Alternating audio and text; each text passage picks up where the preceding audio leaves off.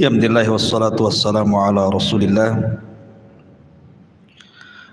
wa ala alihi wa sahbihi wa mawalah wa la hawla wa la quwwata illa billahi wa ba'du.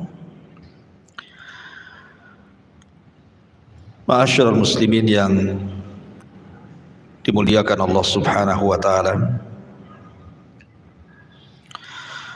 Alhamdulillah di malam hari ini dengan izin Allah Subhanahu wa taala kita bisa duduk untuk bertalabul ilmi, karena kita masih berada di bulan Rajab. Mungkin kita akan tarik sedikit pembahasan sirah Nabi sallallahu alaihi wasallam, walaupun dulu pernah kita jelaskan tetapi tidak panjang lebar. Maka malam ini kita akan coba mengupas kembali peristiwa yang terjadi di bulan Rajab yang berkenaan dengan sirah Nabi sallallahu alaihi wasallam, peristiwa besar yang merupakan mukjizat Nabi sallallahu alaihi wasallam, Isra dan juga Mi'raj. Terjadi silang pendapat sebenarnya tentang kapan terjadinya peristiwa Isra dan Mi'raj ini. Cuman biasanya masyarakat di negeri kita ini selalu diingatkan dengan peristiwa Isra dan Mi'raj itu dikaitkan dengan bulan Rajab. Padahal ada yang mengatakan bahwa peristiwa Isra dan Mi'raj itu terjadi pada bulan Rabiul Awal tahun ke-13 Hijriah. Tahun ke-13, afwan, bukan Hijriah, setelah diangkatnya menjadi Nabi, artinya sebelum hijrah Nabi sallallahu alaihi wasallam. Ada juga yang mengatakan terjadi di bulan Muharram pada tahun sama ke-13 sebelum hijrah Nabi sallallahu alaihi wasallam. Ada juga yang mengatakan di bulan Ramadan pada tahun 12 setelah diangkatnya menjadi Nabi, artinya 1 tahun sebelum hijrah. Tapi ada juga yang mengatakan bulan Rajab, tetapi bukan tanggal 28, tetapi tanggal, ada yang mengatakan tanggal 27 di bulan Rajab tahun ke-10 dari kenabian, artinya 3 tahun sebelum hijrah. Ada juga yang mengatakan setelah diangkatnya beliau menjadi Nabi dan Rasul 5 tahun setelahnya baru terjadi peristiwa Isra dan Mi'raj. Allahu alam, terlampau banyak pendapat kan. Ada yang mengatakan bulan Rabiul Awal, ada yang mengatakan bulan Muharram, ada yang mengatakan bulan Rajab, ada yang mengatakan bulan Ramadan, sehingga kita tidak bisa memastikan sebenarnya peristiwa Isra dan Mi'raj itu kapan. Akan tetapi yang jelas bahwa peristiwa Isra Mi'raj ini harus memiliki ketulusan iman. Sebab kalau tidak memiliki ketulusan iman, susah untuk dipercaya. Bagaimana mungkin waktu yang sangat singkat, sesingkat-singkatnya bisa melakukan perjalanan maha dahsyat dari Masjidil Haram ke Masjidil Aqsa, naik lagi ke Sidratil Muntaha. Siapa yang akan sanggup melakukannya kalau bukan karena kuasa Allah? Makanya ketika peristiwa berlaku ini saja di zaman para sahabat sendiri hampir terjadi keraguan. Dan hanya Abu Bakar Siddiq radhiyallahu anhu yang paling mantap dan mengatakan, kalau seandainya ada peristiwa yang lebih mustahil daripada Isra dan Mi'raj, aku yang pertama kali membenarkannya. Itu di zaman dulu tuh. Makanya karena peristiwa ini satu di antara sekian mukjizat Rasul yang sangat besar, sehingga ketulusan iman itu harus ada. Bahwa kita harus yakin dan percaya bahwa Nabi itu diberikan mukjizat oleh Allah dalam dua perjalanan, satu Isra dan yang kedua Mi'raj. Ma'asyiral muslimin yang dimuliakan Allah Subhanahu wa taala. Baik, kita akan sedikit kisahkan tentang peristiwa Isra Mi'raj ini agak detail sedikit, dan kita ambil hikmah dan pelajaran daripada Isra dan Mi'raj ini. Ma'asyiral muslimin yang dimuliakan Allah Subhanahu wa taala. Setelah Nabi sallallahu alaihi wasallam mengalami kesulitan dakwah, meninggal Abu Thalib. Setelah itu disusul meninggal dengan Khadijah. Dua orang ini adalah manusia yang paling berjasa dalam pengembangan Islam di permulaan dakwah Nabi. Walaupun Abu Thalib sendiri mati kafir, tapi bagi Nabi sallallahu alaihi wasallam dua manusia ini sangat berharga. Kalau bukan karena Allah Subhanahu wa taala, kemudian dua manusia ini, Abu Thalib dan Khadijah, tentu dakwah Nabi sallallahu alaihi wasallam akan semakin sulit lagi. Sudah sulit, semakin sulit lagi. Sehingga ketika meninggal keduanya, Nabi sallallahu alaihi wasallam akhirnya sampai bertujuan untuk mencari areal dakwah baru. Karena tantangan di Mekah sudah tidak bisa lagi untuk dilanjutkan berdakwah. Maka Nabi SAW memilih Taif. Sampai di Taif pula kemudian orang-orang Taif kurang lebih dengan orang Mekah, bahkan lebih parah. Karena 10 hari Nabi SAW door to door dakwah di Taif itu, tidak ada satupun orang Taif yang menerima Nabi.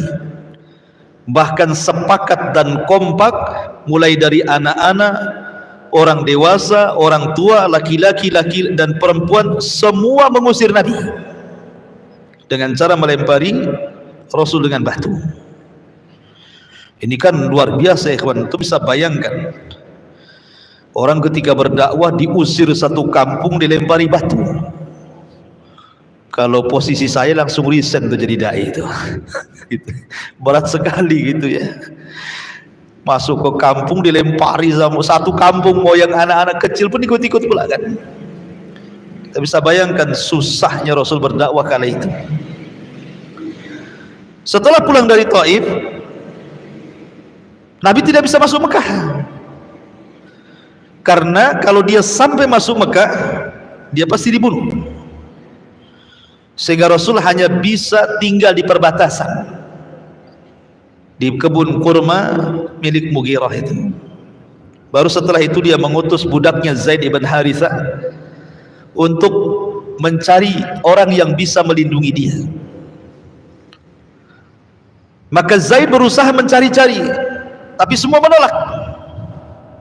Akhirnya Allah Subhanahu wa taala takdirkan adalah yang mau melindungi Nabi, sehingga Nabi SAW bisa masuk kembali ke Mekah.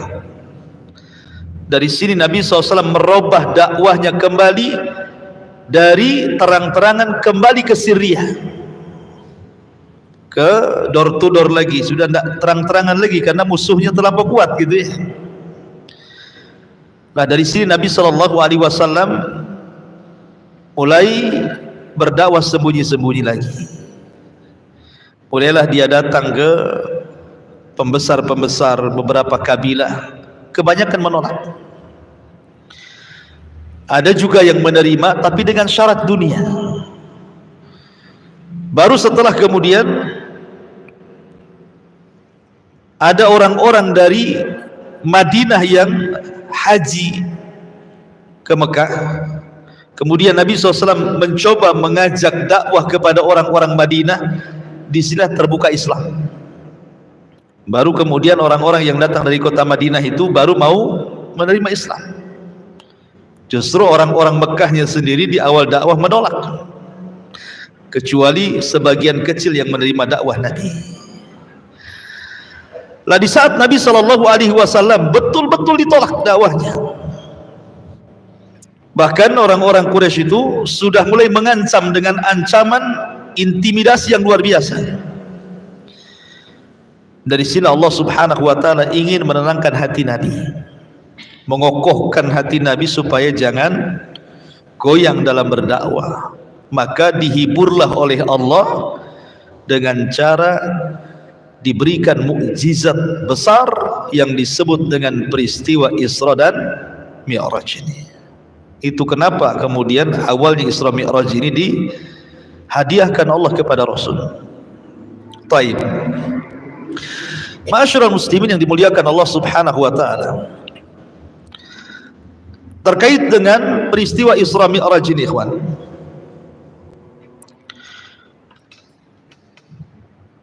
Kita mulai daripada kisah Nabi SAW ketika Nabi SAW di rumah Ummu Hani. Memang banyak riwayat ya tentang masalah Isra Mi'raj itu. Tetapi pendapat yang paling kuat wallahu alam, jadi peristiwa Isra Mi'raj itu dimulai dari rumahnya Ummu Hani.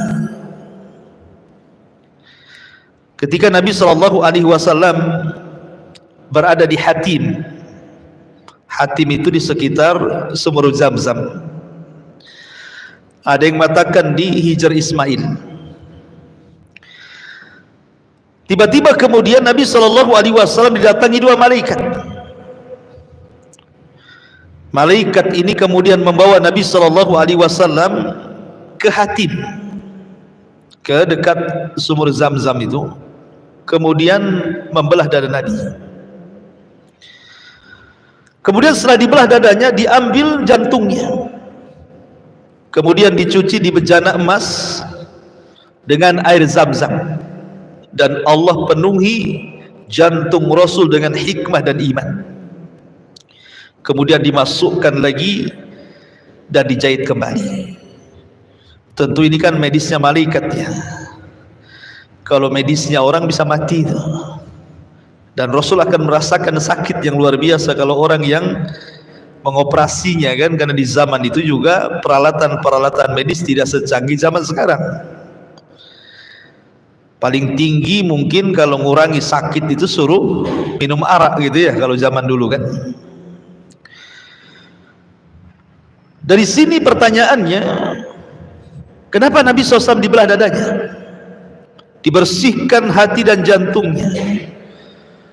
Walaupun ada khilaf ulama berapa kali sebenarnya Rasul itu dibelah dada itu.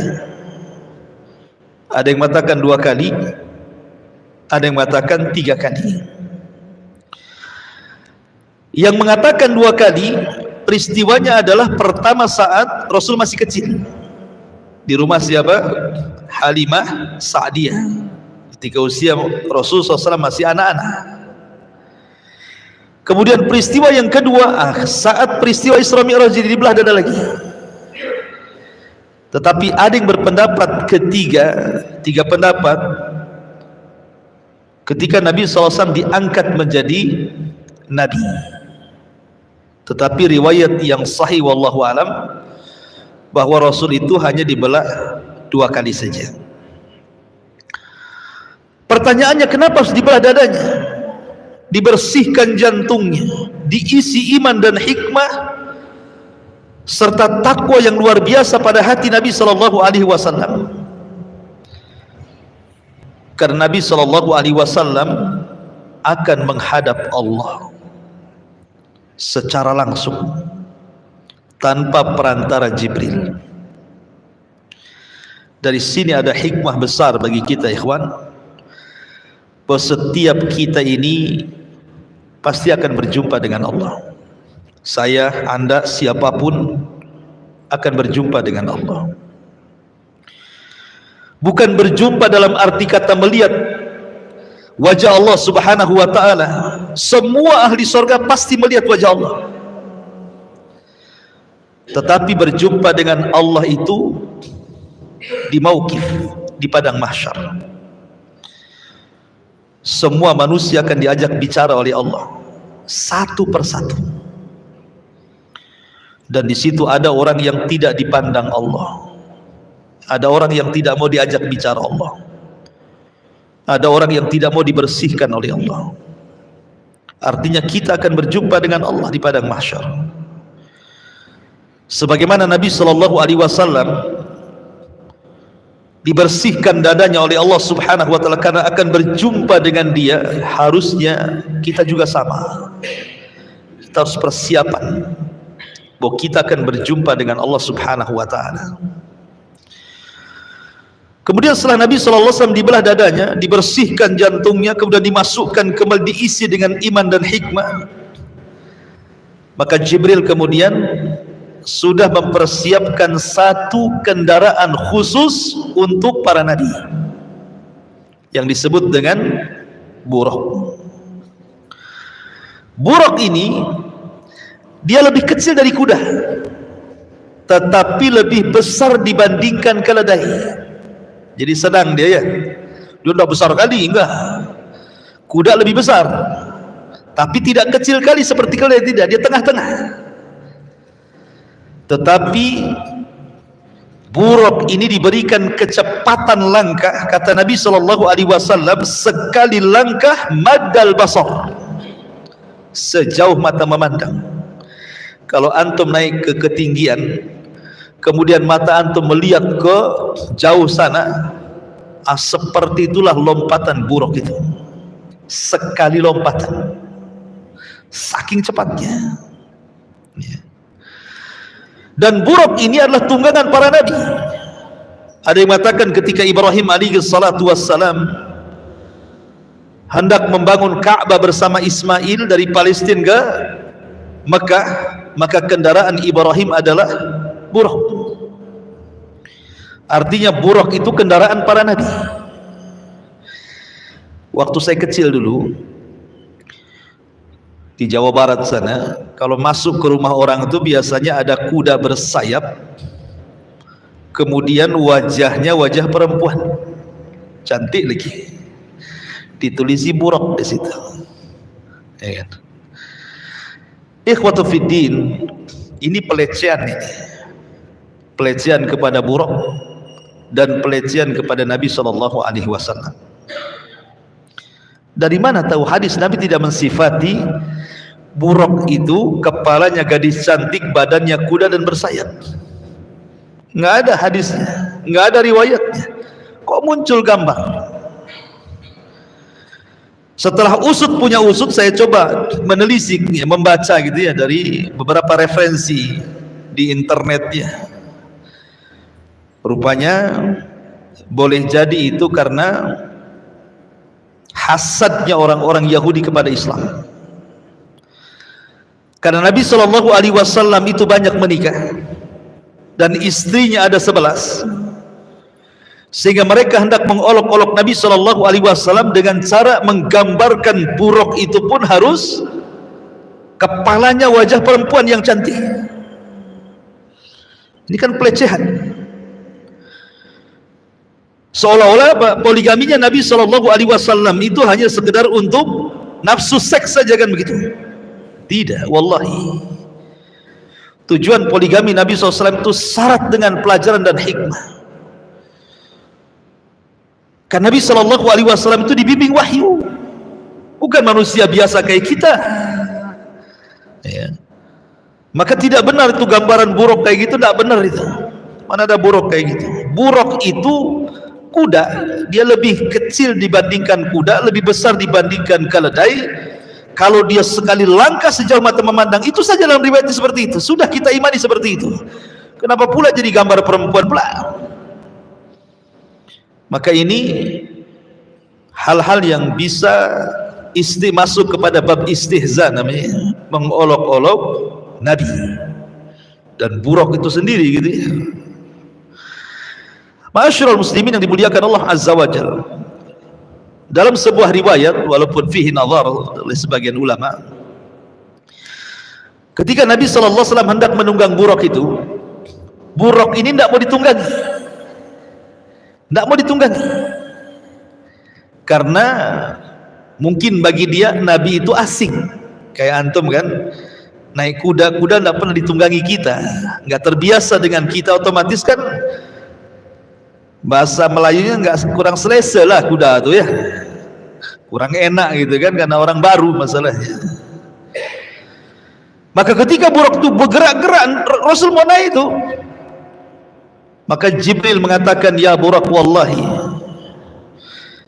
wahai Buraq, demi Allah, kata Jibril, tidak ada manusia yang lebih mulia yang menunggangi dirimu kecuali Muhammad sallallahu alaihi wasallam. Maka tiba-tiba Buraq pun terdiam, Rasul pun kemudian naik di atasnya. Dari sini menunjukkan apa? Setelah Buraq itu tahu siapa yang akan menunggangi adalah Nabi sallallahu alaihi wasallam, langsung diam. Ada pelajaran apa? Buraq ini tidak berakal, dia binatang. Tapi setelah diberitahu bahwa yang menunggangi dia adalah Rasul, sami'na wa ata'na. Terkadang ada sebagian manusia Allah berikan akal kepada mereka, datang perintah Allah dan Rasulnya, tapi terkadang di antara manusia itu tidak langsung mengatakan sami'na wa ata'na kan? Terkadang banyak mikir, sami'na wa tafakkarna katanya, ya kami dengar tapi pikir-pikir dulu katanya. Kan ada yang seperti itu ya. Kayak orang-orang Bani Israel mengatakan sami'na wa asayna, dengar habis itu maksiat. Padahal Allah Subhanahu wa taala mengatakan atiullaha wa atiur rasul, taatilah Allah dan Rasulnya.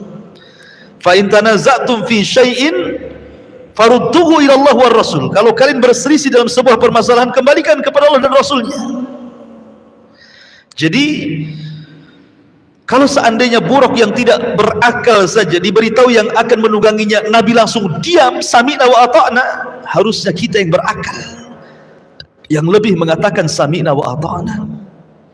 Dan itu kata kunci seorang beriman apabila Allah dan Rasulnya memerintahkan sebuah perkara. Peristiwa Mi'raj ini kan baru Mi'raj namanya ya, Isra belum Mi'raj. Isra itu perjalanan malam dari Masjidil Haram ke Masjidil Aqsa. Perhatikan ayatnya. Allah mengatakan subhanalladzi asra bi'abdihi lailan minal Masjidil Haram ilal Masjidil Aqsa alladzi barakna fiha. Maha suci Allah yang telah memperjalankan hambanya.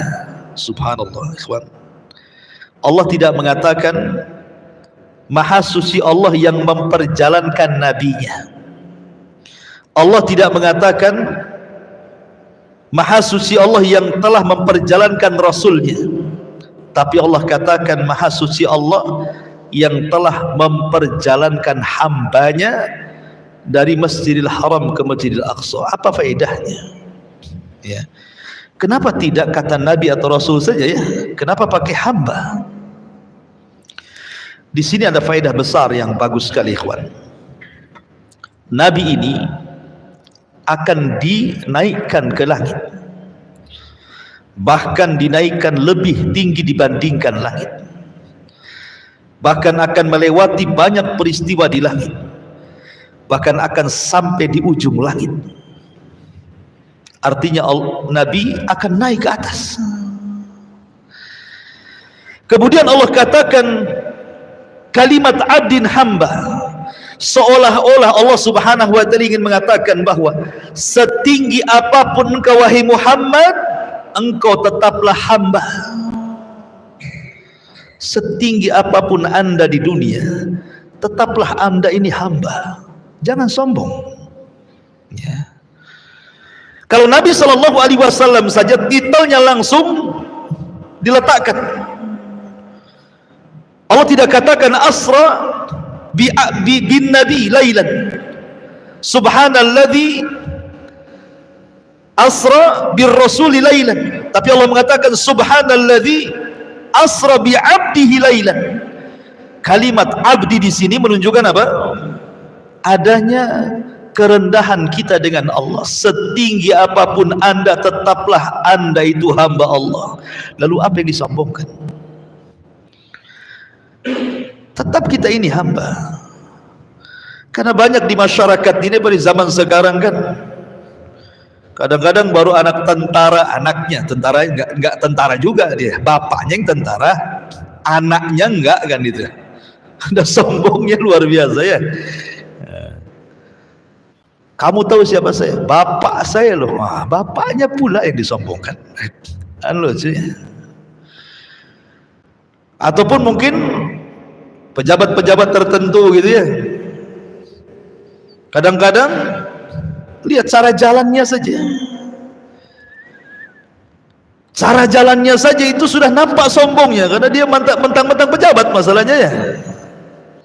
La haula wala quwata illa. Kalau ruh anda sudah dicabut, diangkat ke langit, enggak ada anda ini harganya sama sekali. Manusia ini ya, dikeluarkan dari lubang keluar najis. Manusia ini dikeluarkan dari lubang keluar najis. Setelah keluar dan besar, di dalam tubuhnya ada najis. Setelah Allah wafatkan jadi bangkai 3 hari saja, sudah bau busuk dan orang tidak mau mendekatinya. Lalu apa yang disombongkan? Kan itu ya. Ma'asyiral muslimin yang dimuliakan Allah Subhanahu wa taala. Maka ada faedah besar di sini bahwa peletakan hamba menunjukkan bahwa kita adalah hamba Allah. Setinggi apapun anda, tetaplah kita hamba Allah. Faedah yang kedua dari kalimat hamba, bahwa peristiwa Isra Mi'raj ini bukan peristiwa mimpi. Bukan Rasul mimpi gitu kan. Kemudian dalam mimpi jadi diperjalankan dari Masjidil Haram ke Masjidil Aqsa, kemudian ke Sidratul Muntaha, balik lagi. Kalau mimpi mah ngapain? Kalau mimpi bukan mukjizat lah kan, namanya orang mimpi. Tetapi Allah Subhanahu wa taala ingin mengatakan ini bukan mimpi. Bahwa perjalanan ini bukan perjalanan roh, tapi perjalanan ini ruh wal jasad, ruh dengan jasad. Makanya Allah katakan bi'abdihi, dengan hambanya. Kalimat hamba itu terrangkai antara ruh dan jasad. Jadi ini betul-betul ruh dengan jasad beliau dalam kondisi sadar, bukan dalam kondisi mimpi ya. Makanya Allah Subhanahu wa taala ingin menjelaskan bahwa peristiwa ini adalah peristiwa ruh dengan jasad. Allah katakan subhanalladzi asra bi'abdihi. Allah sebut hambanya supaya jelas bahwa ini mukjizat. Ruh dengan jasad, Rasul itu melakukan perjalanan itu. Kemudian kalimat lailan, kenapa malam hari? Kenapa tidak dipilih siang? Kenapa tidak dipilih sore? Kenapa mesti malam? Ya. Dari sini menunjukkan bahwa malam itu jauh lebih mulia dibandingkan siang hari. Salat tahajud, salat sunnah yang paling baik di tengah malam, witir, tahajud, ya kan? Orang baca Quran paling baik tengah malam. Termasuk Isra dan Mi'raj juga dilakukan di tengah malam. Tafakurnya kita dengan Allah yang paling baik di tengah malam. Kenapa? Karena malam itu menjauhkan kita dari riyah. Orang sedang tidur, antum ibadah, mau riya sama siapa? kecuali live kayak gini ya. Salat malam, tahajud, taruh handphone ya kan, live lewat IG ya kan. Alhamdulillah malam ini saya bisa tahajud, tulisi status di situ kan. Ngapain tulis status ya kan? Nggak perlulah tulis status tuh, cukuplah kita dengan Allah saja yang tahu. Makanya kenapa diperjalankan malam. Lah ketika Nabi SAW kemudian berjalan dari Masjidil Haram ke Masjidil Aqsa, ada yang mengatakan melewati tempat-tempat bersejarah. Ada yang mengatakan Rasul itu lewat ke Bukit Saina. Di situ tempat turunnya Taurat kepada Musa. Kemudian juga singgah di Bethlehem, Baitul Lahmin, tempat lahirnya Isa, besarnya Isa, dan diutusnya Isa menjadi Nabi dan Rasul. Dan ke tempat-tempat bersejarah lainnya. Baru kemudian Nabi SAW sampai di Masjidil Aqsa. Pertanyaannya, kenapa harus ke Masjidil Aqsa? Kenapa tidak langsung dari Mekah saja kan? Dari Mekah langsung ke Sidratil Muntaha, balik lagi ke Mekah. Kenapa harus melakukan perjalanan sejauh itu dari Masjidil Haram ke Aqsa ini? Apa hikmahnya? Satu, supaya Nabi SAW bisa mendebat musuh-musuhnya. Kalau Nabi SAW dari Mekah langsung ke Sidratul Muntaha balik lagi, tidak bisa mendebat musuhnya. Maksudnya gimana? Ketika selesai perjalanan ini terjadi, ada orang-orang yang hendak mengolok-olok Nabi. Kalau engkau memang sampai di Masjidil Aqsa, katanya, berapa jumlah pintunya? Berapa jumlah jendelanya, katanya. Kalau orang belum pernah ke sana kan tidak tahu kan. Saya ini tidak pernah ke Masjid Al-Fajri, ditanya berapa jumlah jendela, tapi bingung. Jendela dari apa? Dari kayu kan, dari besi kan, dari stainless kan, itu nggak tahu kan. Berapa jumlah ini itunya. Tapi ketika Nabi diisrakan ke Masjidil Aqsa, kemudian setelah peristiwa itu ditanya tentang bagaimana bentuk Masjidil Aqsa bagi orang-orang yang pernah datang ke sana, kemudian bertanya kepada Rasul, jawabannya benar. Pintunya sekian, jendelanya sekian, sifatnya seperti ini. Nabi belum pernah ke sana. Menunjukkan apa? Kebenaran perjalanan itu kan. Makanya harus dilewatkan ke sana, supaya bisa membantah bahwa peristiwa ini benar adanya gitu, maksudnya ya, bukan bohong-bohongan. Yang kedua, bahwa Masjidil Aqsa itu kiblatnya para nabi. Kiblat seluruh para nabi itu Masjidil Aqsa. Dan Nabi SAW mengatakan, nahnu ma'asyirul anbiya lil'anlah abuna wahid wa ummuna syattah. Kami para nabi ini satu turunan, bapak kami satu, ibunya yang banyak. Sehingga kemudian para nabi pernah berkumpul di Masjidil Aqsa. Maka nabi juga sama, bagian dari para nabi ikut serta di Masjidil Aqsa. Bahkan Rasul sholat di belakang arwah para nabi. Beliau menjadi imam, makmumnya arwah para nabi, untuk menunjukkan bahwa dia adalah Sayyidul Anbiya'i wal Mursalin, pemimpinnya para nabi, karena yang sholat di belakang para nabi. Kemudian juga supaya kita jangan pernah lupa dengan Masjidil Aqsa. Bagaimanapun Masjidil Aqsa itu adalah tempat suci ketiga setelah Masjidil Haram, Masjid Nabawi, Masjidil Aqsa, karena masjid itu pernah disinggahi Rasul dalam peristiwa besar ini. Jangan pernah lupakan Aqsa. Kemudian juga faedahnya, karena Masjidil Aqsa itu adalah pintu masuknya Rasul ke langit. Jadi pintu langit itu sejajar dengan Masjidil Aqsa, karena langit itu ada pintunya. Makanya Allah mengatakan dalam surah An-Naba ayat 19, wa futihatis sama fakanat abwaba. Langit itu ada pintunya. Tidak sembarang orang naik ke langit, tidak bisa dari Mekah langsung ke langit, harus dari pintunya. Dan pintu langit itu sejajar dengan Masjidil Aqsa. Begitu keterangan para ulama. Artinya bahwa ketika Nabi SAW sudah sampai di Masjidil Aqsa, selesailah proses yang pertama yang disebut dengan perjalanan Isra. Isra itu artinya perjalanan malam yang ditempuh Rasul dari Masjidil Haram ke Masjidil Aqsa. Itu disebut Isra namanya. Nah, sekarang masuk kepada pembahasan Mi'raj. Apa itu Mi'raj? Bagaimana peristiwanya? Ma'asyiral muslimin yang dimuliakan Allah Azza wa Jalla, setelah Nabi sallallahu alaihi wasallam salat, di belakangnya para nabi. Kemudian Nabi sallallahu alaihi wasallam diangkat oleh Allah Subhanahu wa taala ke langit bukan menggunakan buraq. Ingat, buraq itu kendaraan bumi. Dia cuma sampai ke Masjidil Aqsa, ditambatkan di Masjidil Aqsa yang katanya tempat tambatan buraq itu sekarang menjadi tembok ratapan bagi orang-orang Yahudi. Baru kemudian Rasul dengan kuasa Allah Subhanahu wa taala naikkan ke langit.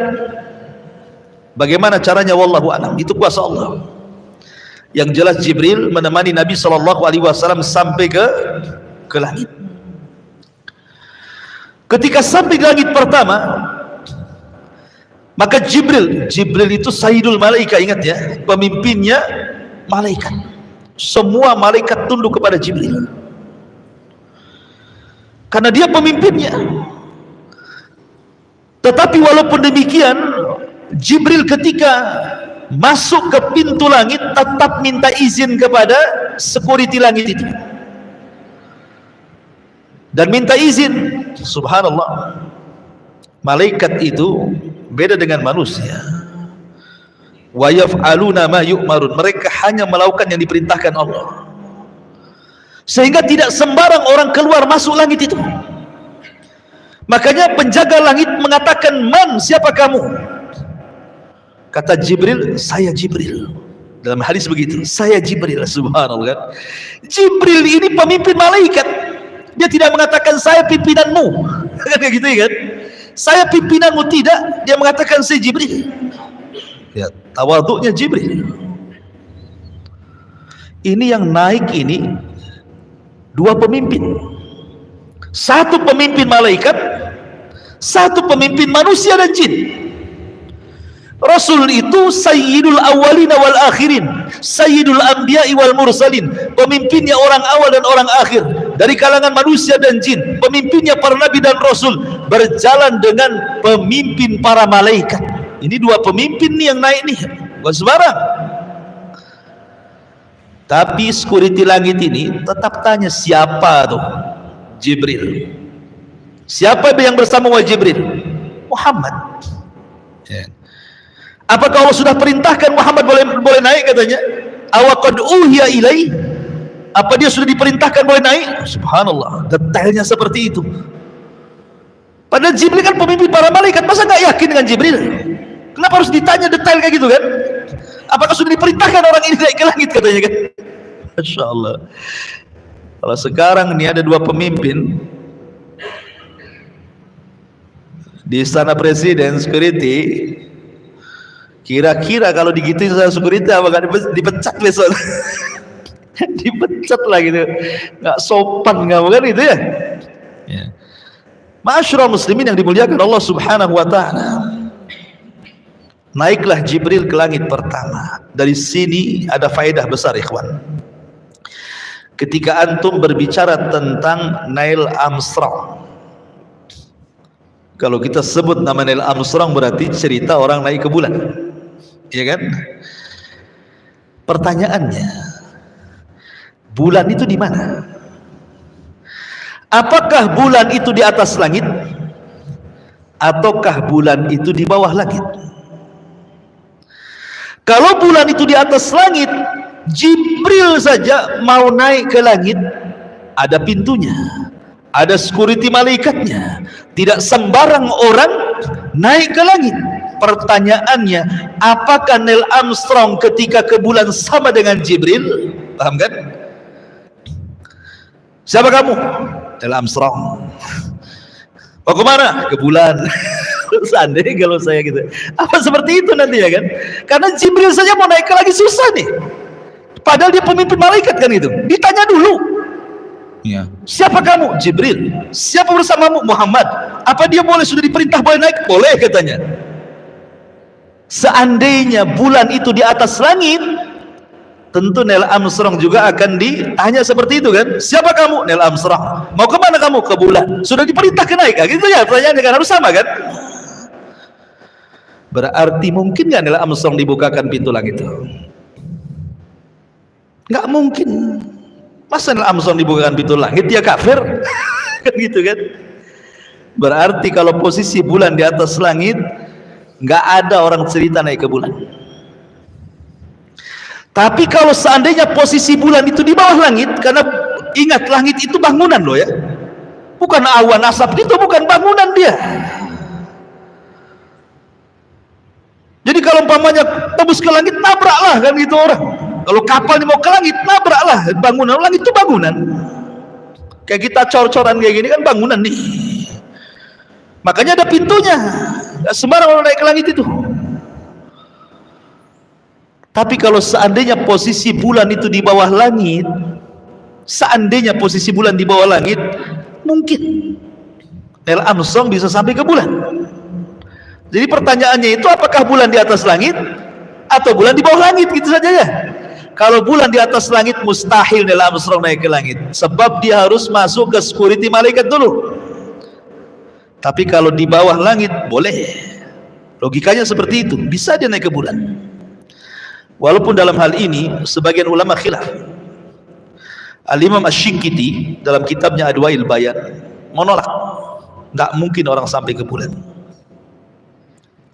nggak mungkin. Kemudian berdalil dengan surah Ar-Rahman, ya ma'syaral jinni wal insi in istata'tum an tanfudhu ila samai wal ard la tanfuduna illa bisultan, kan itu.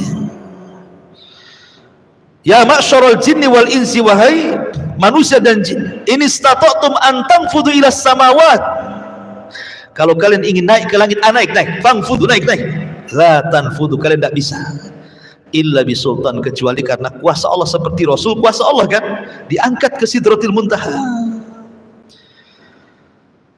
Walaupun tidak sedikit juga ulama yang memungkinkan orang sampai ke bulan dengan catatan bulan di bawah langit. Ya. Ma'asyiral muslimin yang dimuliakan Allah Subhanahu wa taala. Ketika Nabi SAW di langit pertama jumpa dengan siapa? Nabi Adam. Kata Nabi Adam alaihi salatu wassalam, marhaban bibnin salih wa nabiyyin salih. Selamat datang anakku yang baik dan nabiku yang baik. Subhanallah, seorang ayah tentu senang melihat anaknya yang baik kan itu. Ini pelajaran bagi kita. Kalau antum punya anak-anak dan anak-anak antum didik sehingga menjadi anak-anak yang saleh dan salehah, maka orang tua akan bahagia, pasti bahagia. Tapi kalau seandainya kita punya anak nakal luar biasa, rungsep kayaknya, banyak orang-orang tua sampai ngutuk anaknya, nah kalau kau tahu kayak gini bagus tidak kuku lahirkan kau, katanya. Ada yang orang tua kayak gitu, kau udah tahu kau kayak gini ngapain ku lahirkan kamu, katanya. Tapi kalau anak itu baik, lihat Nabi Adam, melihat Nabi SAW, dia yurahib, memberikan selamat, marhaban bibnin salih wa nabiyyin salih, duhai anakku yang saleh dan nabiku yang saleh. Kemudian Rasul menatap Nabi Adam. Kadang-kadang Adam menoleh ke kanan seperti ini, tersenyum. Kemudian menoleh ke kiri seperti ini, menangis. Pemandangan ini oleh Nabi SAW ditanyakan kepada Jibril. Kenapa Nabi Adam itu kalau dia nengok ke kanan dia tertawa, kalau nengok ke kiri dia menangis? Ada apa dengan dia, katanya. Maka malaikat Jibril mengatakan, sesungguhnya ketika dia menengok ke kanan, dia sedang melihat arwah keturunannya yang masuk surga. Dia pun senang. Apabila dia melirik ke kiri, dia melihat arwah-arwah dari keturunan yang masuk neraka. Dia pun menangis. Karena kita tahu bahwa arwah itu lebih dulu diciptakan dibandingkan jasad. Kecuali Adam. Kalau Adam jasad dulu baru ruh. Tapi anak turunannya ruh dulu baru jasad. Karena ketika Adam diciptakan oleh Allah Subhanahu wa taala, diusap pundaknya oleh Allah, diusap sebelah sininya, keluar semua ruh tuh dari punggungnya Adam, ruh anak turunannya. Sejak zaman Adam diciptakan sampai yang terakhir mati, keluar semua tuh ruhnya itu. Kemudian diletakkan di alam arwah, dibuatlah perjanjian dengan Allah Subhanahu wa taala, alastu bi rabbikum, bukankah aku Rabb kalian? Maka semua orang mengatakan qalu bala, ya engkau Rabb kami. Antum tidak ingat saja, antum pernah di alam itu, ya. Jadi pertanyaan selanjutnya, kenapa Nabi SAW diperjumpakan dengan Adam? Adam itu Abul Bashar, bapak manusia. Malaikat sujud kepadanya. Hikmahnya kata ulama, supaya Nabi SAW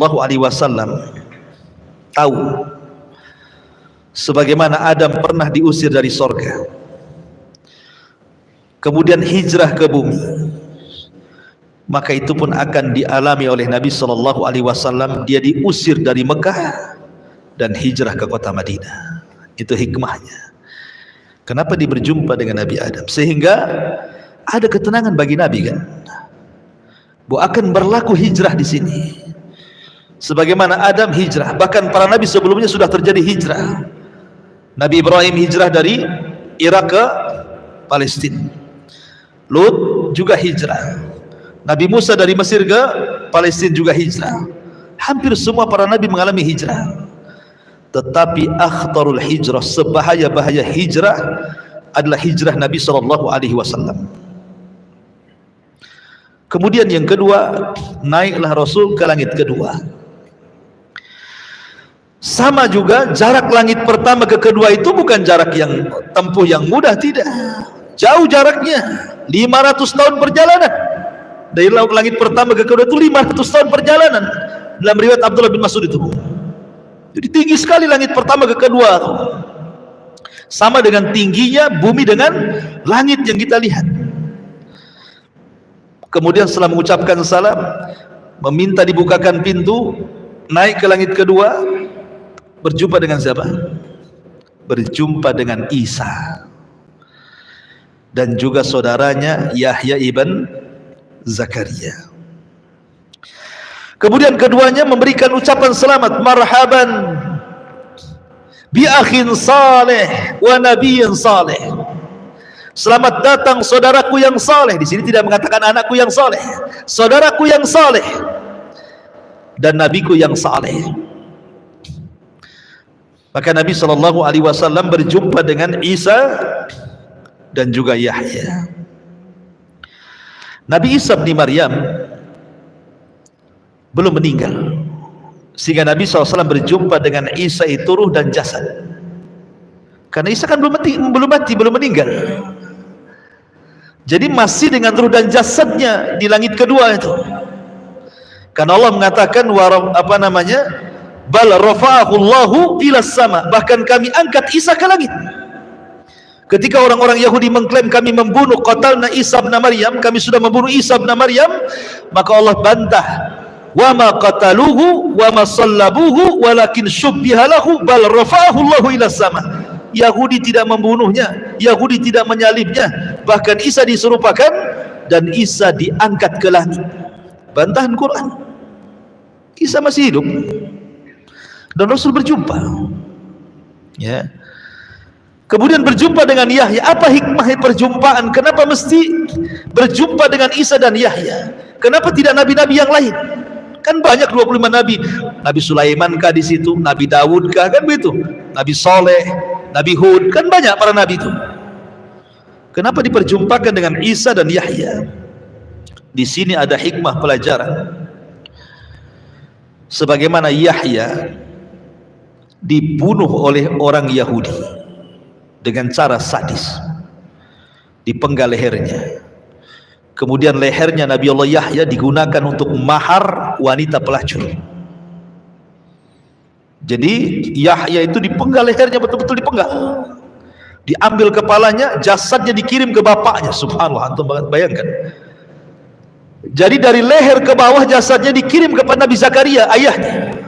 Kepalanya dibawa ke istana, dijadikan mahar wanita pelacur. Oleh siapa? Yahudi. Kemudian Isa bin Maryam dikepung rumahnya, sehingga kemudian kalau bukan karena pertolongan Allah Subhanahu wa taala, Isa pun mungkin dibunuh juga, karena sudah dikepung tentara itu rumahnya. Kemudian Isa mengatakan kepada murid-muridnya, siapa di antara kalian yang mau kuserupakan wajahnya denganku, kujadikan kalian temanku di sorga. Tidak ada yang mau, karena tahu mau dibunuh. Tapi ada muridnya yang paling muda siap menggantikan posisi Isa. Barulah kemudian Isa diangkat ke langit. Ibrahnya apa? Sebagaimana Isa dan Yahya itu dirongrong orang-orang Yahudi, maka Rasul pun sama akan menghadapi rongrongan dari orang-orang Yahudi. Dan menjadi kenyataan. Ketika Nabi SAW di Madinah dihadapkan dengan 3 Yahudi besar, Bani Quraidah, Bani Qunaiqa, Bani Nadir. Adapun Bani Nadir hendak membunuh Nabi SAW dengan cara apa? Mengambil batu besar, naik ke atap, kemudian akan ditimpakan di kepala Nabi.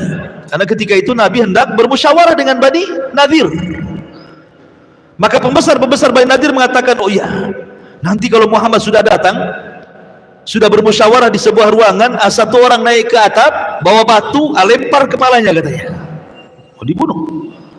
Tapi Rasul datang Jibril, jangan berangkat, mereka sudah merencanakan pembunuhan. Rasul nggak jadi. Bani Quraidah, ketika Nabi SAW pulang dari Khaybar, menang dalam perang Khaybar, kemudian pura-pura menjamu Rasul dan para sahabat. Daging yang diberikan kepada Rasul dikasih racun, dan Nabi sempat memakan racun itu. Sebab itulah Rasul meninggal diracun. Ya, walaupun jarak pengaruhnya lama kan, dari perang Khaybar sampai ke 11 Hijriah, tapi Rasul baru merasakan rasa racun itu ketika sudah dekat-dekat ajalnya. Allah hendak memilihkan kematian Rasul, mati syahid, makanya meninggal dengan cara seperti itu. Tapi lihat keganasan orang Yahudi. Kemudian orang-orang Yahudi datang kepada Labid bin Asam, seorang penyihir Rasul. Rasul disihir Labid bin Asam. Siapa yang membayar Labid bin Asam untuk menyihir Rasul? Yahudi. Memang Yahudi itu kurang ngajar betul, membunuh para nabinya. Termasuk Nabi SAW berkali-kali upaya pembunuhan terjadi kan. Makanya kemudian Rasul dipertemukan dengan Isa dengan Yahya. Jangan heran, sebagaimana mereka dirongrong orang Yahudi, kau pun akan dirongrong orang Yahudi. Hati-hati dengan Yahudi, itu maksudnya. Baru Nabi SAW naik ke langit berapa? Ketiga. Berjumpa dengan siapa? Nabi Yusuf. Dan Yusuf itu dikatakan memiliki separuh dari ketampanan Adam. Berarti Adam itu tampan, ya kan? Kalau Nabi Yusuf saja separuh ketampanan Adam, wanita-wanita itu ngiris-ngiris jari sambil pegang buah. Faqatta'na aydiyahun, mereka sampai mengiris-iris begini, nggak terasa darahnya nyucur gitu ya. Nengokin Yusuf belang gitu kan, saking gantengnya. Berarti Adam tuh ganteng sekali. Kenapa kemudian Darwin bilang kita pula keturunan kera pula gitu ya? Adam mana ada gantengnya kera itu? Tengok kera itu ganteng, dibedakin pun tidak ada ganteng-gantengnya kera itu. Mau dioperasi plastik akan ganteng deh. Ma'asyiral muslimin yang dimuliakan Allah Azza wa Jalla. Jadi Adam itu ganteng sekali. Makanya Yusuf diberikan separuh ketampanan Adam. Lalu apa hikmahnya? Kenapa Rasul diperjumpakan dengan Nabi Yusuf? Hikmahnya, Nabi Yusuf ini ketika usia 10 tahun dicelakakan oleh siapa? Saudara-saudaranya kan? Saudara-saudaranya datang kepada ayahnya, kami kan jarang main dengan Yusuf ya, tolonglah sekali-kali mainlah dengan kita, izinkan, masa di rumah terus gitu kan. Kata ayahnya, enggak, saya takut Yusuf dimakan serigala. Loh, kami ini orang-orang kuat, masa kami nggak bisa ngalahkan serigala, katanya. Akhirnya terus minta-minta, dilepas juga Yusuf. Apa yang terjadi? Terjadilah makar saudara-saudara Nabi Yusuf. Mereka pun berbuat jahat, akhirnya memasukkan Yusuf ke sumur. Padahal mereka itu 3 perencanaannya: dibunuh, dilempar ke tengah-tengah hutan, atau dimasukkan ke sumur. Lihat jahatnya mereka tuh maksudnya. Lah sebagaimana Nabi Yusuf dirongrong oleh keluarganya, maka engkau pun wahai Muhammad, dakwahmu akan dirongrong keluargamu. Siapa yang merongrong pertama dakwah Rasul? Abu Lahab. Abu Lahab yang pertama merongrong dakwah Nabi. Belum ada orang musuhi Nabi, Abu Lahab pertama musuhi Nabi. Makanya Allah kutuk sampai kiamat, tabbat yada abi lahabi wa tab ma agna anhu maluhu wa ma kasab sayasla naran dzata lahab wa imra'atu hammalatal hatab fi jidha hablum min masad. Bayangkan, surah Tabbat sini tidak diselipkan di surah Al-Baqarah, tidak pula diselipkan di surah Ali Imran, tidak juga diselipkan di surah Al-An'am. Kenapa? Kalau seandainya Tabbat siada diselipkan di tengah-tengah Al-Baqarah, nggak ada orang baca. Sikit yang baca kan. Baca Al-Baqarah mana imam? Imam baca paling 5 ayat awal aja Al-Baqarah, habis itu nah mungkin satu surat Al-Baqarah kecuali Ramadan kan itu ya. Itu pun yang banyak hafal aja yang hafid. Tapi Allah sendirikan Tabbat tidak diletakkan di tengah-tengah surat panjang, disendirikan jadi surat pendek, sehingga mudah dihafal dan semua orang mudah baca, dan imam rata-rata membacanya. Bayangkan, supaya peristiwa ini jangan dilupakan. Hampir setiap hari kutukan kepada Abu Lahab dibaca kaum muslimin dari ujung timur, barat, utara, dan selatan. Kenapa? Karena dia orang yang pertama memusuhi Nabi. Dikutuk sampai kiamat. Ayatnya akan dibaca terus sampai kiamat. Ya kan? Makanya hikmahnya Rasul berjumpa dengan Nabi Yusuf. Baru kemudian Nabi SAW naik lagi berjumpa dengan siapa? Nabi Idris di langit keempat. Dan Idris ini Nabi yang Allah Subhanahu wa ta'ala anugerahkan mendapatkan pahala sebanyak jumlah orang yang didakwahinya. Dia orang yang pertama kali menulis, menjahit, menjinakkan kuda sehingga bisa untuk jihad. Ya. Lah Idris ini diangkat oleh Allah Subhanahu wa ta'ala ke langit keempat. Dan ini Allah Subhanahu wa ta'ala katakan, wa rafa'nahu makanan aliyya, kami angkat Idris ke tempat yang paling tinggi, maksudnya ke langit keempat. Ada yang mengatakan riwayat Israiliyat, ketika Idris tahu bahwa pahala dia setiap harinya akan digandakan oleh Allah sejumlah umat yang didakwahinya, sehingga dia tidak mau cepat mati, kalau bisa panjanglah usianya. Jadi ada berdiskusi dengan Jibril, wahai Jibril, bisa nggak Allah panjangkan usiaku? Kata Jibril, itu wewenang hak malakul maut, tugasku bukan nyabut nyawa. Kalau engkau ingin dipanjangkan, diskusinya bukan dengan saya, dengan malakul maut, katanya kan. Kata Idris, kalau gitu di mana ya saya bisa berjumpa dengan dia, biar bisa tawar menawar kan soal usia. Kata Jibril, kalau kau mau aku angkat kau ke langit. Akhirnya Jibril mengangkat Idris ke langit. Ini kisah Israiliyat ya. Kemudian sampailah di langit keempat. Rupanya malakul maut sudah nunggu di situ. Jibril kaget. Belum dipanggil, dia kan pemimpin malaikat, dia bisa manggil mana saja, namanya pemimpin kan itu. Belum dipanggil sudah ada di situ. Kata Jibril, saya belum memanggil dirimu, kenapa kau ada di sini? Kata malakul maut, aku pun heran. Barusan aku mendapatkan tugas dari Allah, disuruh mencabut manusia di langit keempat. Mana ada manusia di langit keempat, katanya. Kan gitu ya. Rupanya siapa? Idris, yang baru diangkat Jibril. Subhanallah. Idza jaa ajaluhu la yastakhiruna sa'atan wa la yastaqdimun. Kalau sudah datang ajalnya, tidak bisa maju, tidak bisa mundur. Pas waktunya kan itu. Satu sisi Idris ingin berdialog, minta ditambah usianya, sisi lain pula Allah menugaskan malakul maut mencabut nyawanya. Kontras, ya kan? Ya. Lagi ini kisah Israiliyat. Ya. Karena dari kisah ini ada yang mengatakan bahwa satu-satunya nabi yang meninggal di langit ya Idris.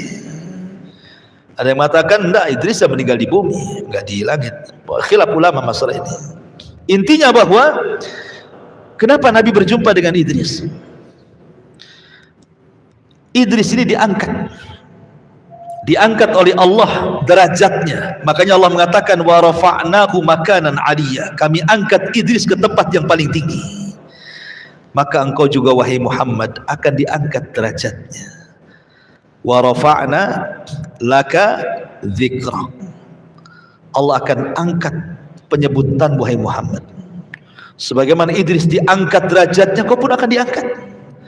Namamu akan disanjung, namamu akan disebut-sebut, namamu akan dimuliakan, namamu tidak akan hilang dimakan zaman. Bahkan nama terbanyak di dunia adalah nama Ahmad dan Muhammad. Coba sebutkan nama yang paling baik dunia siapa? Ahmad dengan Muhammad. Paling banyak satu dunia itu. Yang paling banyak disebut kalimat Muhammad. Dalam azan asyhadu anna Muhammad Rasulullah, dalam qomat asyhadu anna Muhammad Rasulullah, dalam tasyahud asyhadu an la ilaha illallah asyhadu anna Muhammad Rasulullah. Ketika sholawat dia disebut nama Muhammad itu disebut-sebut. Makanya banyak orang-orang kafir mu'alaf namanya Michael masuk Islam, Muhammad Michael. Apalagi ya, namanya akan disebut, dinaikkan oleh Allah Subhanahu wa taala. Tapi tentu Idris hanya sampai di langit keempat, Rasul ke Sidratil Muntaha, lebih tinggi lagi daripada Idris. Maka diperjumpakan dengan Idris untuk menenangkan hati Rasul. Gak apa-apa kau sekarang diejek, diolok-olok, dihinakan, direndahkan, diintimidasi. Tenang, nanti kau akan diangkat seolah-olah seperti itu. Kemudian dari langit keempat naik ke langit ke-5, berjumpa dengan siapa? Nabi Harun. Harun ini jadi nabi karena syafaat Nabi Musa. Dia bukan nabi, dia saudaranya Nabi Musa. Cuman Harun ini fasih lidahnya, Musa ini pelat lidahnya. Harun ini orator, Musa ini susah ngomong. Kata Musa, ya Rabb, jadikanlah saudaraku ini nabi. Aku tidak bisa dakwah sendirian kepada Fir'aun. Dia afsahu minni lisanan, lebih fasih lisannya dibandingkan aku, kata Musa. Dan Allah kabulkan Harun diangkat jadi nabi karena syafaat Nabi Musa. Jadilah dia nabi. Cuman bedanya, kalau Nabi Harun dicintai Bani Israel, kenapa? Dia dari kecil di tengah-tengah Bani Israel, kemudian hidup bersama Bani Israel, diangkat jadi nabi, tidak lepas Bani Israel. Ketika dibawa Nabi Musa bersama Bani Israel pun meninggal di Arduti, di tengah-tengah Bani Israel. Makanya Bani Israel senang dengan Harun. Tapi Musa kecil di rumah Fir'aun, kan gitu ya. Kecil kan di rumah Fir'aun, dia nggak pernah di tengah-tengah Bani Israel. Musa itu kecil-kecil rumah Fir'aun, sudah dewasa buat kasus bunuh orang, pergi pula ke tanah Arab, ke Madian, dapat istri orang Arab. Kemudian pulang pula baru setelah jadi nabi bersama Bani Israel. Sehingga kedekatan Musa kepada Bani Israel tidak lebih dekat dibandingkan Harun kepada Bani Israel. Dari situlah Bani Israel lebih senang Harun dibandingkan Musa. Bani Israel itu lebih suka dengan Harun dibandingkan Musa. Musa lembut, Harun itu lembut sekali. Ingat ketika kasus Bani Israel menyembah patung anak sapi, kemudian Musa datang, ditarik janggutnya Harun, ditarik rambutnya Harun oleh Musa. Kenapa kau sesatkan Bani Israel, katanya. Kata Harun, aku sudah berusaha meminta agar mereka jangan menyembah patung anak sapi itu, akan tapi bisa apa daya, mereka hendak membunuhku, ya aku biarkanlah. Ya, beda aku dengan kamu, beda kelas. Kau ditakuti Bani Israel, aku tidak ditakuti, katanya kan. Ya. Jadi Harun lembut sekali gitu ya. Jadi orang-orang banyak suka dengan Harun dibandingkan dengan Musa. Lah Rasulullah SAW diajarkan ketika berjumpa dengan Harun, jadilah kau seperti Harun dalam berdakwah, lembutlah dengan umatmu. wa in kunta faddan ghalidhal qalbi lan faddu min haulik. Ya Muhammad, kalau engkau keras kepada umatmu ketika berdakwah, hilanglah semua itu. Mereka lari, nggak mungkin mereka menerima dakwahmu. Makanya Allah mengatakan, maka narifku fi syai'in illa zana. Tidaklah sebuah kelembutan digunakan untuk apapun kecuali pasti menghiasinya. Tidaklah kekasaran digunakan dalam apapun kecuali mengotorinya. Jadi Rasul diajarkan agar lembut. Dari situlah Rasul sallallahu alaihi wasallam adalah selembut-lembut manusia dalam berdakwah. Ud'u ila sabili rabbika bil hikmati wal mau'izatil hasanah wajadilhum billati hiya ahsan. Laqad kana lakum fi Rasulillahi uswatun hasanah. Kemudian setelah berjumpa dengan Harun, Rasul naik ke langit ke-6, berjumpa dengan siapa? Musa, kalimullah. Ya. Nabi Musa ketika berjumpa dengan Rasul menangis, dia menangis. Kemudian dia mengatakan, seraya mengisyaratkan kepada Nabi SAW, bagaimana mungkin anak semuda ini, kata Nabi SAW disyaratkan kepada Rasul, bagaimana mungkin anak semuda ini yang diutus di akhir zaman, tetapi umatnya lebih banyak masuk surga dibandingkan umatku, katanya. Ini bukan hasad, cuman Nabi Musa memuji Rasul gitu. Bagaimana bisa anak muda ini diutus di akhir zaman, usianya pendek, tapi umatnya paling banyak dibandingkan umatku, yang masuk surga jauh lebih banyak dibandingkan umatku masuk surga, katanya. Sedih Nabi Musa, iri dengan Rasul. Harusnya seperti itu. Antum kalau melihat dunia, lihat ke bawah. Kalau lihat agama, lihat ke atas. Maksudnya apa? Lihat dunia, jangan ke bawah, jangan ke atas, pegel. Ya Rob, kenapa lah tetangga sebelah itu enak kali lah usahanya. Kemarin beli mobil, sekarang nambah lagi beli, dari tingkat pula. Apa kerjanya orang itu? Punya tuyul kali. Kadang-kadang kan aneh gitu ya. Antum kalau nengok orang pegel nih, nengok terus tuh pegel nih, kawan. Coba antum negak gini sih pegel. Coba lihat ke bawah, bersyukur antum. Alhamdulillah, saya walaupun ngontrak-ngontrak, tapi tak kayak orang itulah tidur di bawah jembatan, kan itu ya. Bersyukur dia. Ada syukurnya gitu loh kalau niat ke bawah tuh. Itu kalau dunia. Kalau agama janganlah nengok ke bawah. Alhamdulillah, saya masih hafal Fatihah wa Duha. Si Anu belum hafal. Kapan antum mau hafal lebih itu kapan kalau gitu caranya? Harusnya antum nengok ke bawah, ke atas kalau agama kan. Aduh, si Anu Al-Baqarah hafal, masa saya nggak bisa hafal? Saya harus hafal juga. Itu maksudnya. Kalau agama ke atas, dunia ke bawah, supaya bersyukur. Dari sini Nabi SAW mengatakan, la tangduru ila man huwa fauqakum. Jangan melihat kepada orang yang di atas kalian. Fangduru ila man huwa asfala minkum. Tapi lihatlah kepada orang yang di bawah kalian. Fahuwa ajdar alla tajrar nikmatallah alaikum. Supaya kalian lebih bisa bersyukur akan nikmat yang Allah anugerahkan kepada kalian. Ini faedah dari perkataan Nabi Musa ini. Karena Nabi SAW ketika bicara tentang Ya'juj dan Ma'juj, kata Adam, Allah memanggil Adam, ya Adam, keluarkan dari umatmu, dari penduduk neraka, dari 1999. Yang 999 masukkan ke neraka, satu masukkan ke surga. Kagetlah Adam. Kok bisa? Ya, yang 999 itu Ya'juj dan Ma'juj, dan satu dari kalian. Kemudian Nabi SAW meminta, ya Rabb, ya, bisakah kau masukkan umatku 1/4 ke dalam surga? Kata Allah, ya. Oh, senang Rasul. Sahabat itu mendengar luar biasa.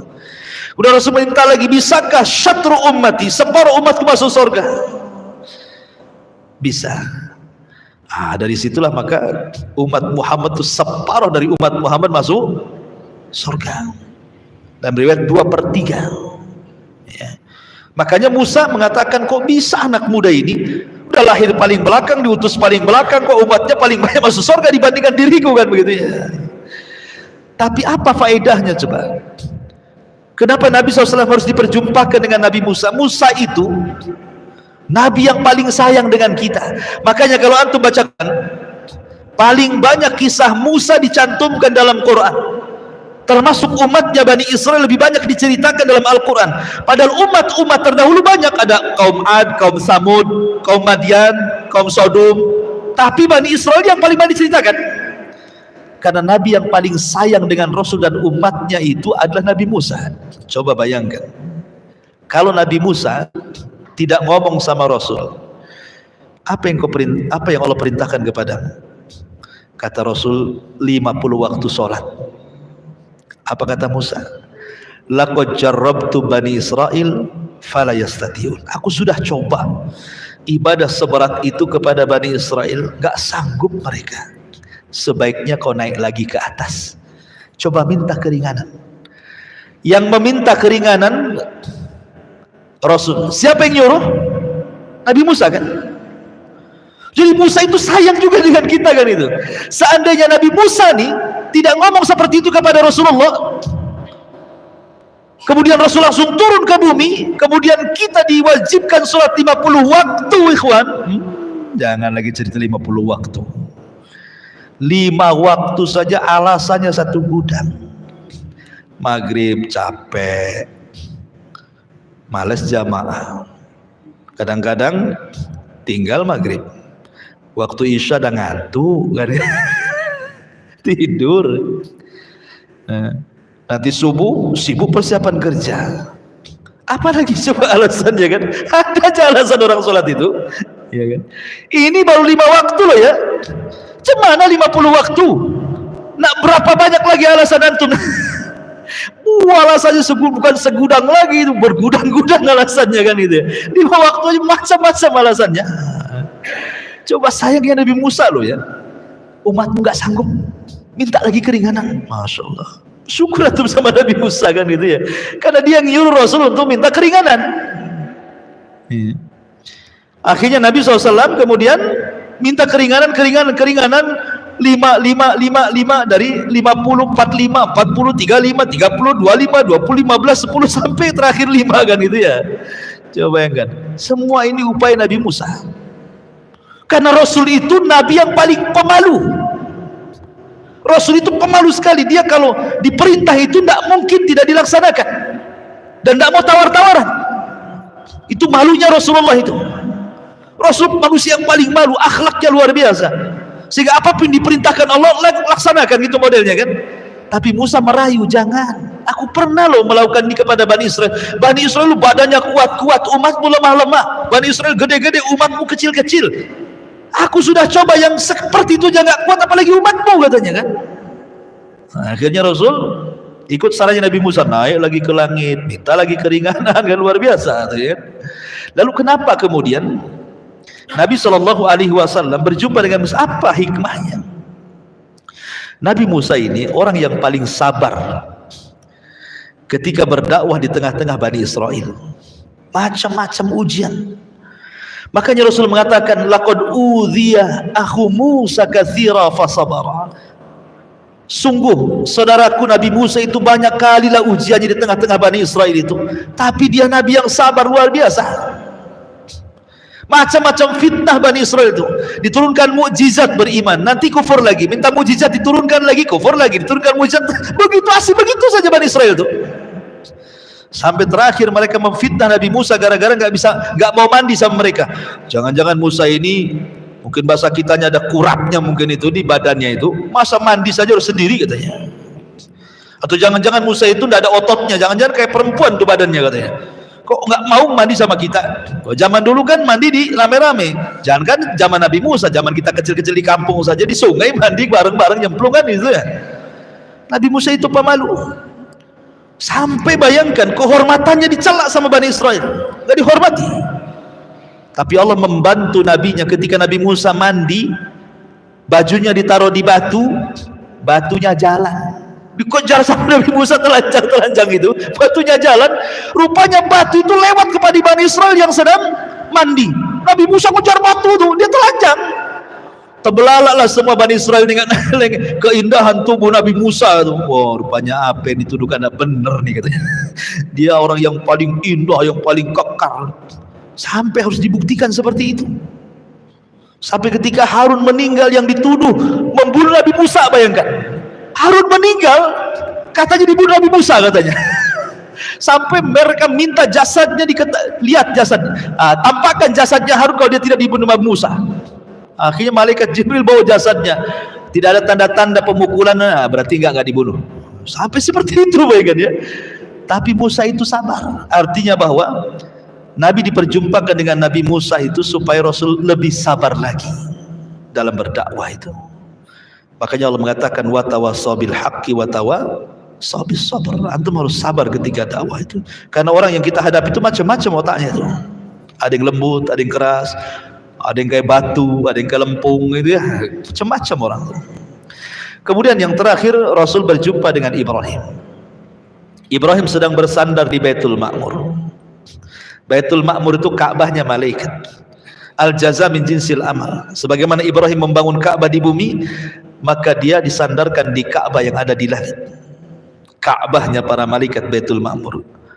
Kata ulama, Ka'bah malaikat dengan Ka'bah bumi itu sejajar. Kalau ini roboh, maka kena dengan Ka'bah di bawah. Jadi sejajar, kata ulama. Ka'bahnya malaikat dengan Ka'bah di bumi itu satu jajar.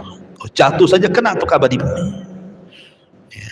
Makanya ada penelitian kan, Ka'bah ini kan banyak keanehan-keanehan, ya kan? Diteliti dunia tuh.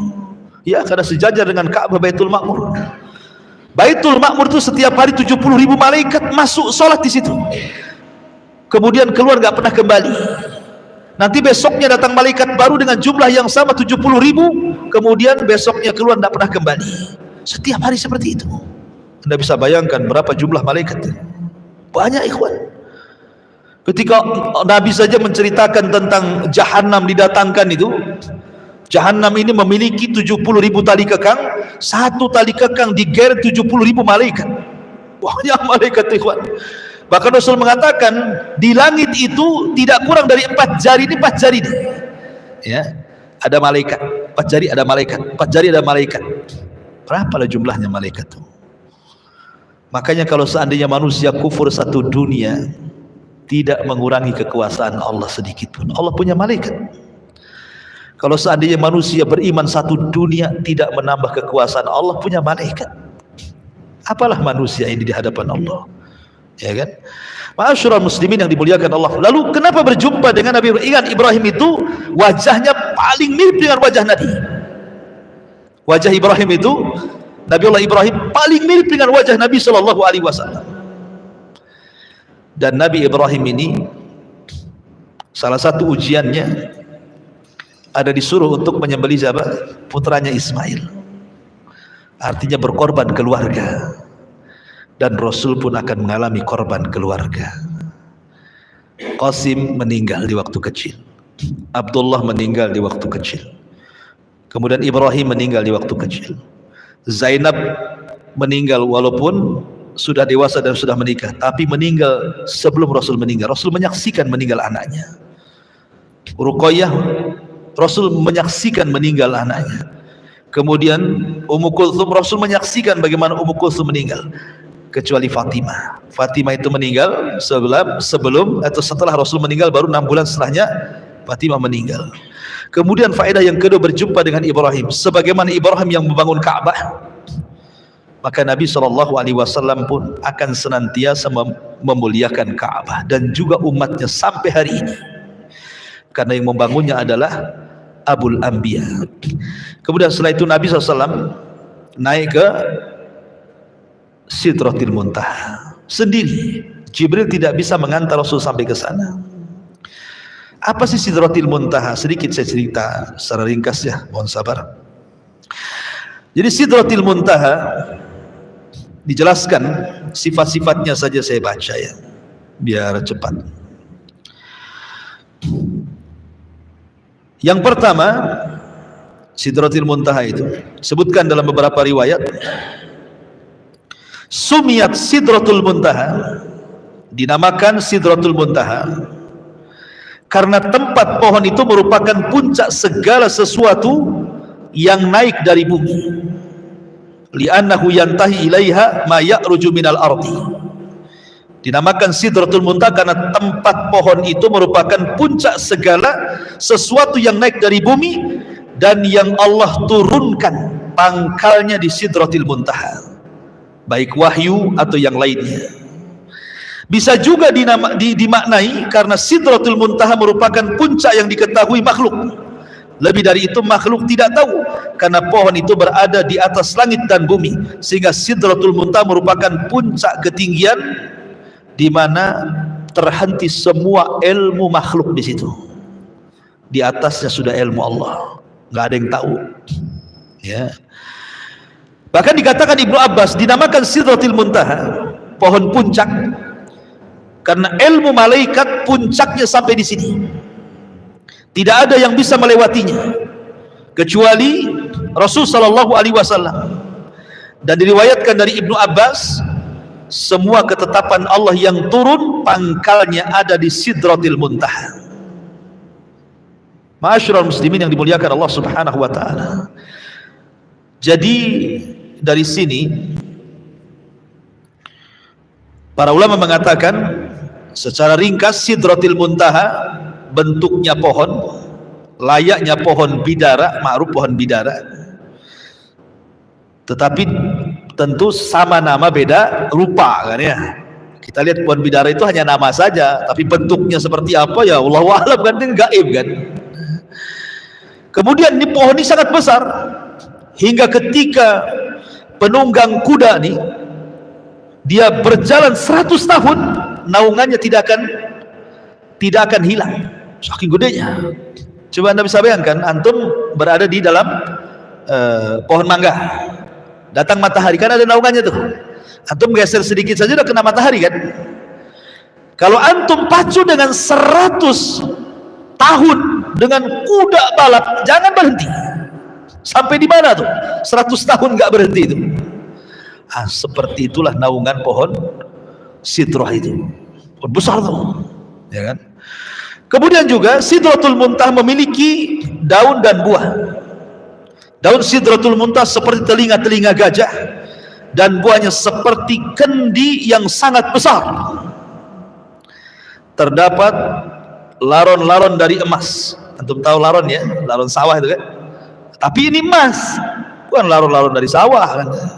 Laron-laron emas itu berterbangan di pohon itu, diliputi dengan perintah Allah hingga warnanya berubah.